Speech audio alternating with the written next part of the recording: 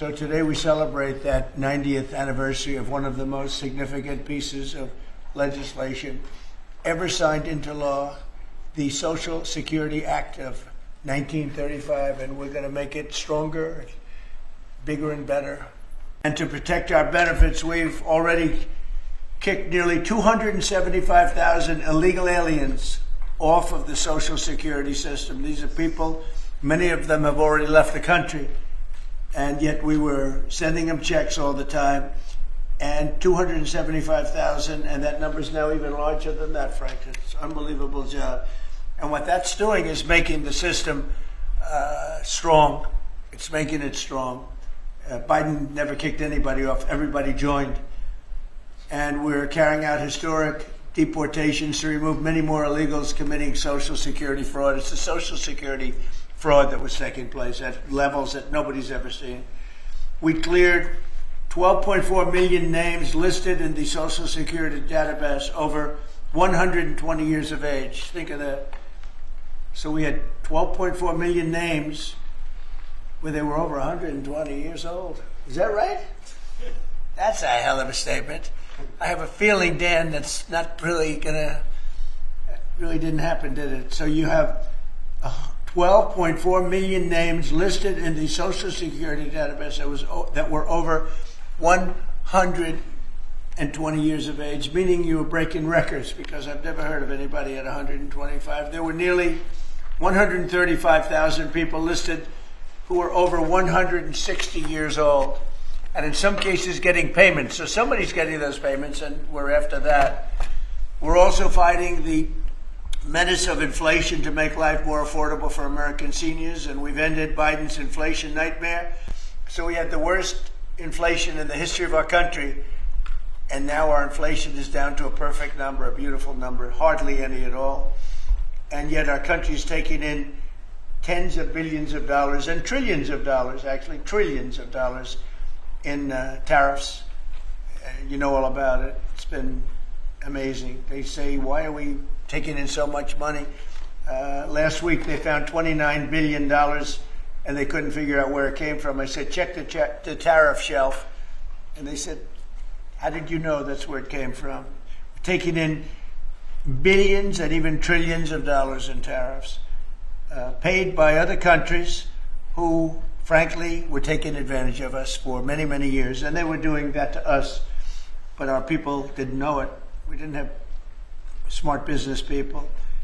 We've ended Biden's inflation nightmare and came in below expectations, and yet again this past month we set records. Gasoline prices are way down, and really dramatically, as everybody knows, and energy prices have been going down, other than in certain states where you have Democrat-run states where they put windmills all over the place. Anytime you see a windmill, you'll say, well, they have bad energy costs, and it's happening in New Jersey. I saw that there's a revolution going on in New Jersey. They closed up a nuclear power plant, and they're raising electricity rates by 21, 22, and 28%, something like that.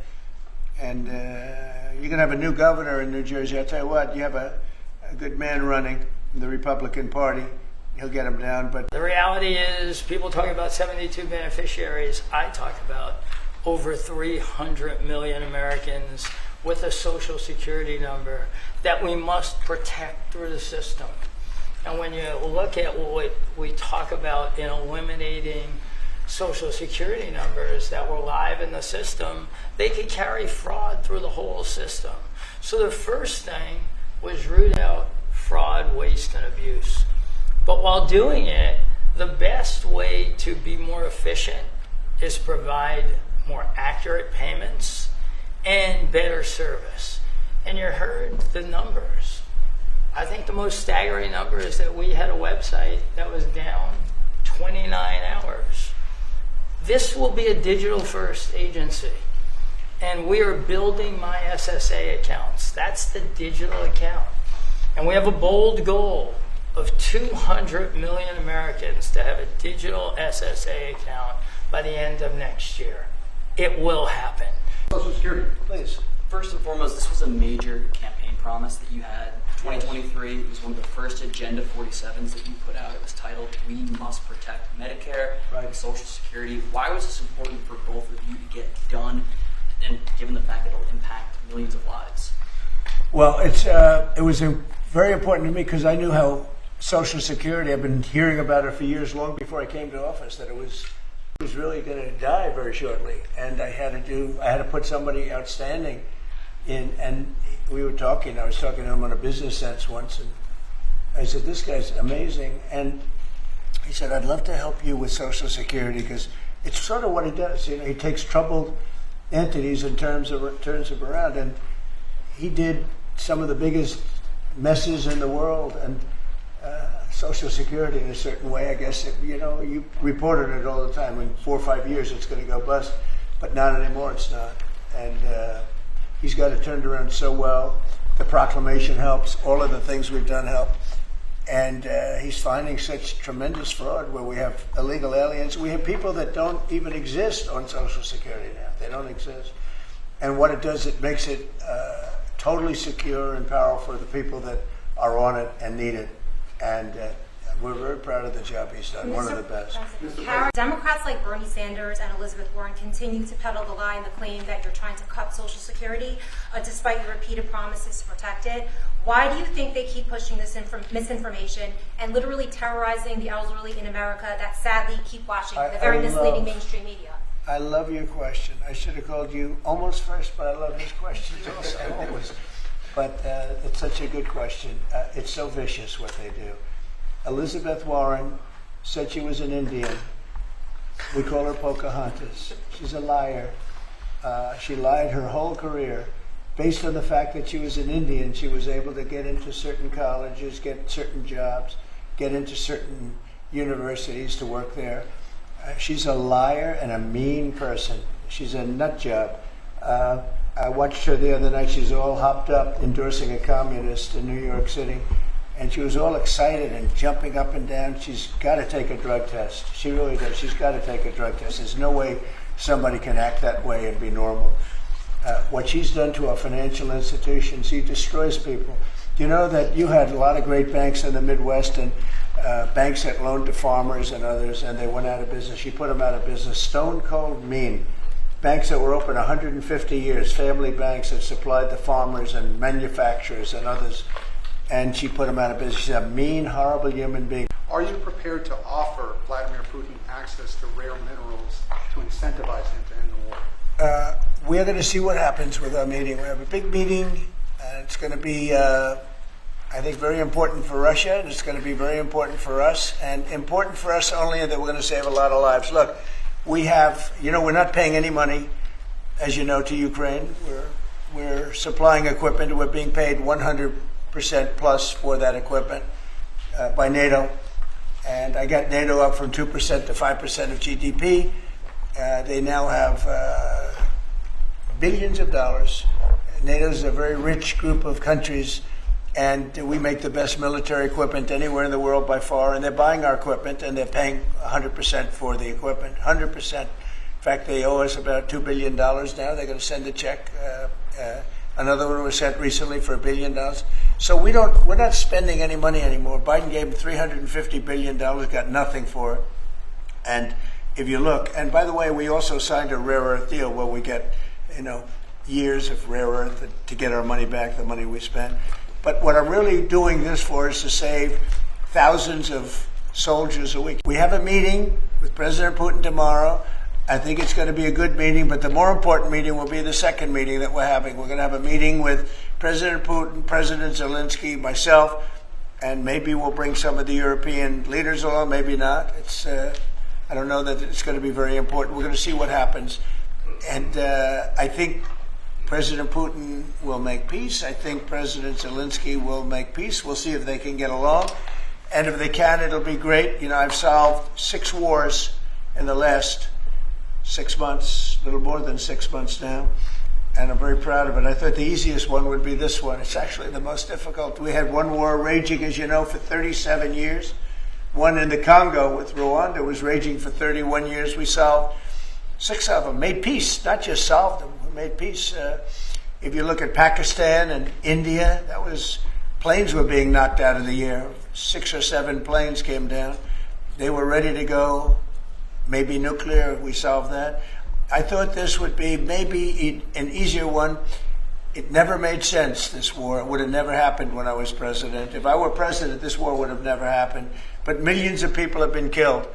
And I'm there for one reason, to see if I can solve. This was Biden's war. This isn't my war. I want to see if I can stop the killing. Issued an executive order allowing Metropolitan Police officers conducting traffic stops to notify federal immigration and customs enforcement about undocumented immigrants that they encounter. Yet the city has a long-standing pro-immigration policy, including allowing non-citizens to vote in local Which elections is ridiculous. and limiting cooperation with federal immigration agencies. Right. Did your administration pressure the D.C. police chief to review and repeal these policies? And will you require other cities to roll back similar policies to avoid possible federal takeover of local law enforcement? So what you're saying is that it was a very positive thing. When they stop people, they find they're illegal, they report them, they give them to us, etc. That's a very positive thing. I have heard that. It just happened. That's a great step. That's a great step if they're doing that. Yeah, I think that's going to happen all over the country. We want to stop crime. I think if the Democrats aren't strong on this issue, they won't be able to do it. I think this is a bigger issue than all of the other ridiculous things that they, like open borders. Well, open borders is bad. Open borders has caused a lot of this problem, allowing millions and millions. I think 24 million people were allowed to come into our country. Many of these people from prisons, from jails, from mental institutions. This was the Biden policy. And I don't believe it was him. He was never there before. It was the people that encircled this very beautiful desk, the Resolute desk. Radical left lunatics who were smart, but radical left. And I'm very happy to hear what you just said, because I've heard that. President on L.A., if I may, the mother of a 15-year-old California boy was briefly detained at gunpoint in a case of mistaken identity. The LAUSD superintendent says that surveillance video shows armed agents wearing police and border patrol insignia. Given the National Guard, the border control, ICE agents, they're not trained in local policing. What specific steps are you taking to ensure that young people are not put in harm's way with these types of operations? You know, what they are trained in is common sense, and they're very tough people. And they have great common sense, and they are highly trained. I heard the mayor of LA was saying, oh, they're not trained this way. I heard this character from, where was he from? They talk about him as a candidate. He's got no chance. The governor of Maryland, I watched him this morning saying that the governor of Maryland, yeah, they say maybe he'll be a president. He's not presidential timber at all. But I heard him today talking about how the National Guard or the military is not trained in police, but they're trained in common sense, and they're trained in not allowing people to burn down buildings and bomb buildings and shoot people and all of the things. They've done a great job. Again, if we didn't send them, and very importantly, if we didn't send them into Los Angeles, the rest of Los Angeles would have been burned down to the ground. When you look at Minnesota, Minneapolis, I sent them into Minneapolis because the governor wouldn't make the call. If I didn't do that, you wouldn't have a Minneapolis. It wouldn't be, I don't think it would be existent today. And on tariffs, Brazil, Mexico, and Latin America are getting closer to China, and they say it's partly because of the tariffs you're imposing those countries. Are you concerned them getting closer to China? No, not at all. I'm not concerned at all. They can do what they want. None of them are doing very well, and what we're doing in terms of economics, we're blowing everyone away, including China. We're doing better than any other country in the world right now. Brazil has been a horrible trading partner in terms of tariffs. As you know, they charge us tremendous tariffs, far, far more than we were charging them. We weren't charging anything, essentially.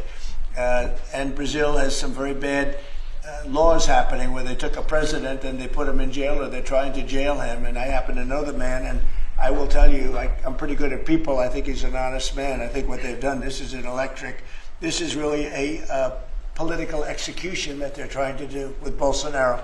I think that's terrible. But they also treated us very badly as trading partners for many, many years. One of the worst countries on earth for that. They charged tremendous tariffs, and they made it very difficult to do anything. So now they're being charged 50% tariffs, and they're not happy, but that's the way.